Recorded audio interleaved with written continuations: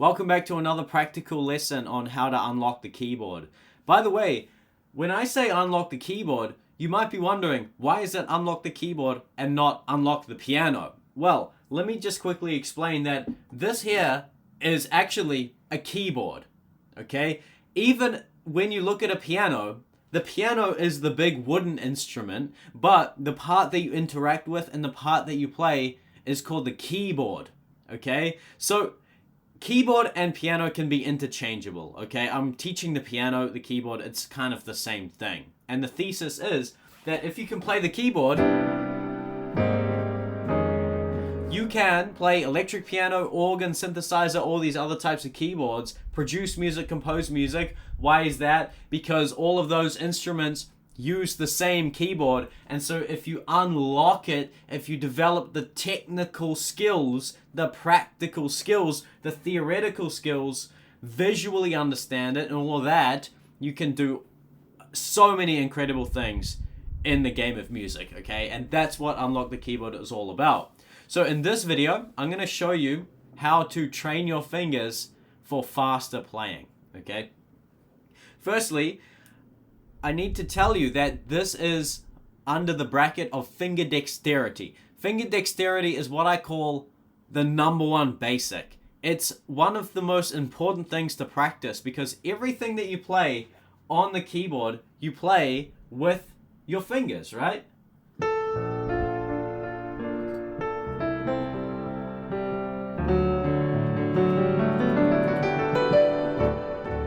And so, if you have unlocked the fingers, that's what I call it, unlocking it. If you develop finger dexterity, you're going to be able to express yourself. You're going to be able to move fluidly. You're going to have speed. You're going to have precision, right? So all of these different things fall under the bracket of finger dexterity. Speed is one of the things that falls under the bracket of finger dexterity. So the main way to actually develop your speed on the piano is to practice exercises, or rather, to train your fingers, okay? So I'm going to show you a really easy exercise that you can do to start training your fingers, right? And it's called the 5-note scale. It's where we're just going to play 5 notes on starting on C, okay? So you want to start with both your fingers on C, both your hands on C. On the right hand, your thumb is on C, and your left hand, your pinky is on C. And we're just going to climb up the fingers.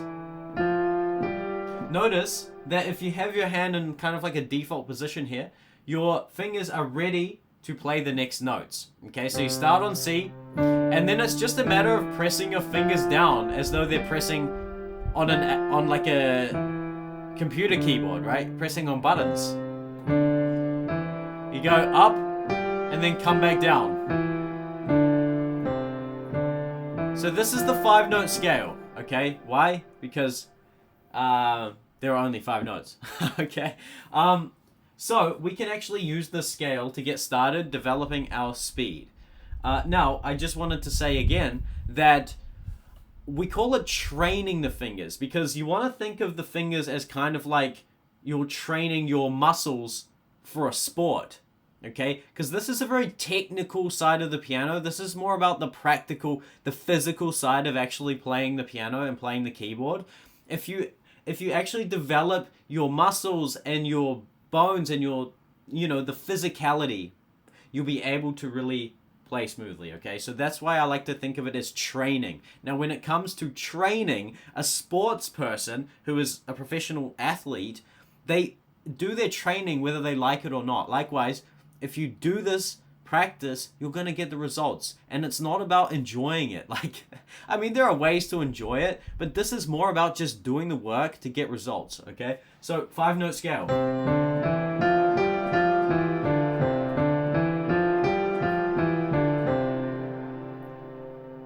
Now, just a few quick notes here. You want to do it in both hands, okay, so that we can train both hands at the same time. And the next note is that you want to be landing both hands evenly, meaning that you want it to be like even between both hands, as opposed to something like this, right? That's uneven. You want it to be nice and even, such that both hands are striking the keys at exactly the same time. You also want to make it even in volume, right? So you don't want one hand to be louder like this. Right, you can hear the right hand's way louder, right? Now the left hand is way louder. We want it to be even in terms of volume. Okay, nice and even tempered. Why? Because we're specifically training speed, right? I'm just showing you the exercise to get started.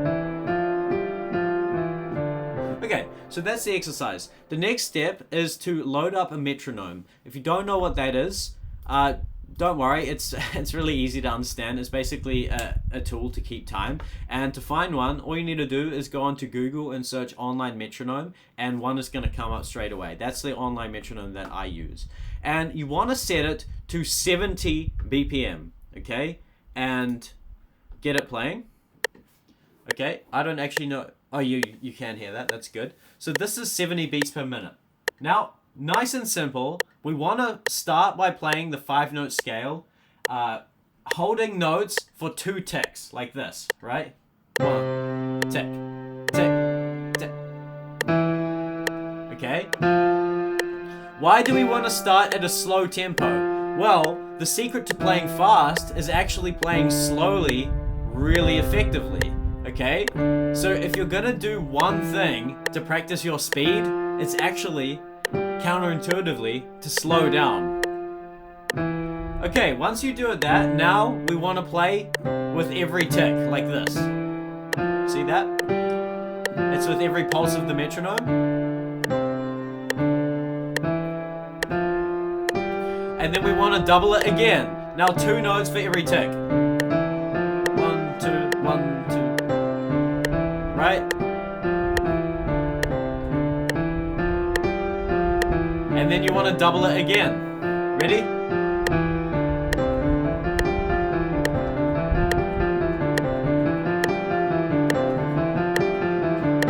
And then slow it back down. You get the idea. Okay, so what we're doing here is we're actually ascending up the different speed brackets. Okay? There are different lengths of notes that we're actually engaging in here. I'm not going to go into detail with that because we're specifically focusing on how to develop speed here in this tutorial. But basically, we're doubling the length of the note, or rather we're halving the length of the note, okay? Doubling the amount of notes we're putting in the same amount of space, if that makes sense. Okay, so we've been doing this at 70 beats per minute. So what you want to do is you want to be able to play at that fast speed really comfortably. And then when you can do that really comfortably, you raise the BPM by 5. So now we're going to go up to 75 BPM. And we're going to do the same exercise, starting really slow, right?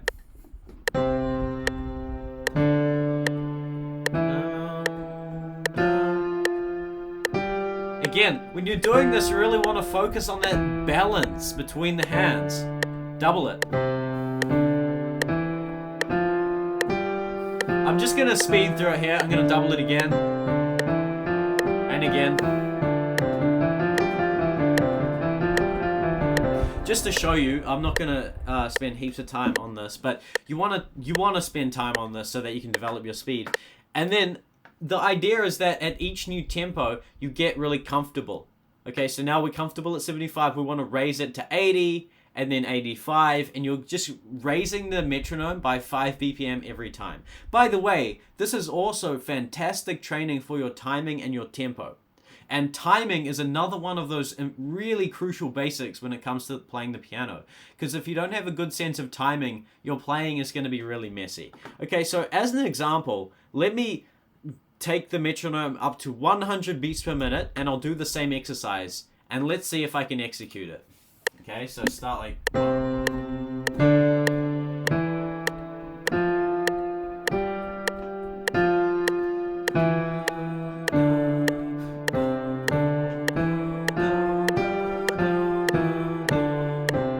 I'll play this one twice.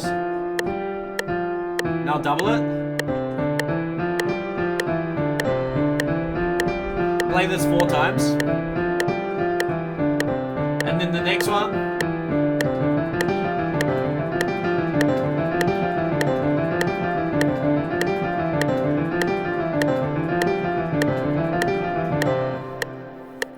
Okay, so I could execute that quite well. But the idea is that you want to be able to, that's how you actually build your speed in a really practical sense.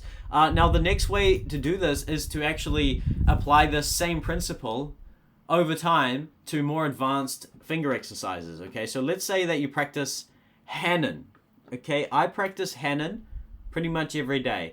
And this is what I'm doing. Every day, I'm gradually pushing my metronome faster and faster as I practice Hanan. So let me give you an example of a Hanan exercise starting at... This is how I start my practice. I start my finger exercise training every day at 90 beats per minute, and this is what I do, right?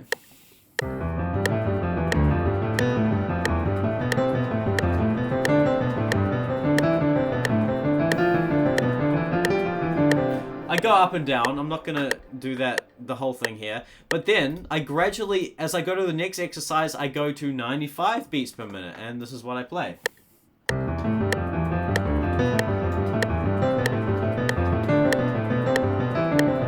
Yada, yada, yada.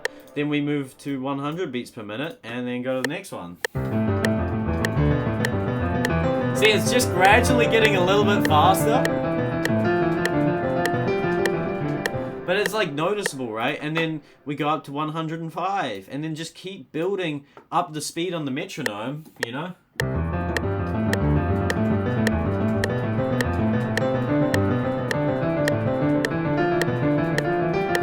And then we just gradually get faster and faster and faster, right?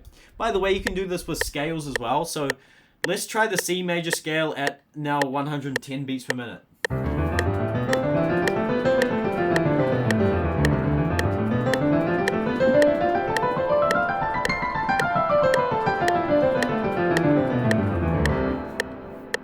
Okay, so not the best. I mean, it's a little bit messy.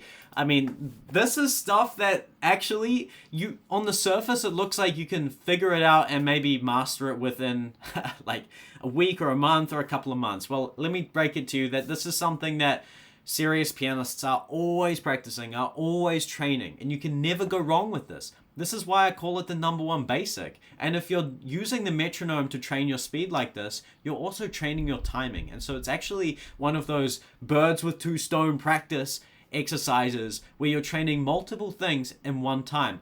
It's called a compound exercise, I think. In the gym, there are certain exercises, certain weight training things that you can do which train multiple muscles at the same time. Well, guess what? This is one of them, okay? You're going to build your speed and you're going to develop your sense of timing. And that both of these are really important.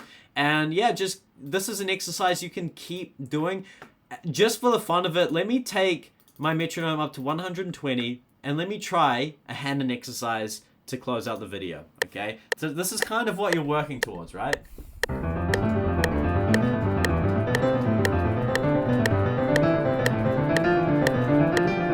Okay, that was kind of easy money. Let's raise it to 130. Okay, I want a challenge, you know? You want to push your challenge. There is a certain barrier that you're at, right? And this is, you want to constantly push it up and up and up and up and up, right? You want to push, you want to approach your barrier, your limitation rather, and you want to push that limitation. Whereas if you're just operating here, what you're comfortable with, that's not deliberate practice. What we're doing here is called deliberate practice, where you're constantly pushing your limitation so that you can break through to the next level. So here's 130. Let's try it.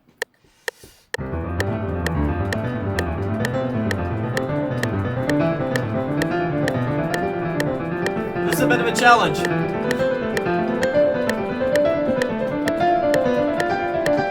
See?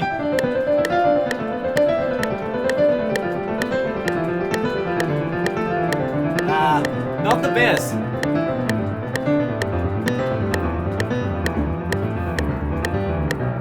Okay, so that was not good. Okay, because it was messy. It wasn't clean. Because the whole point here is that you want to be playing at speed, but you can't compromise the quality of your playing. It still must be good playing. It can't be messy. It can't be... It's got to be... Because that's masterful technique right there. But that takes training, that takes exercise, that takes work and practice. And hopefully you understand exactly how you can build that speed over time and become an epic piano player who can shred on the keys. That's what I'm working towards doing, and that is what I'm teaching here. Well, I'm teaching you foundational things on this channel, right? And more creative, inspirational things too as well. So hopefully this video was helpful. If you got value from it, please consider liking the video, subscribing to the channel, and leaving a comment. It really does help these videos out. And it also helps YouTube kind of promote it to people who will value and benefit from this material. If you want extra help and you want a really clear map to follow, you can check the link below. And thank you so much for watching. I really do appreciate it. I'll see you in the next one. Bye.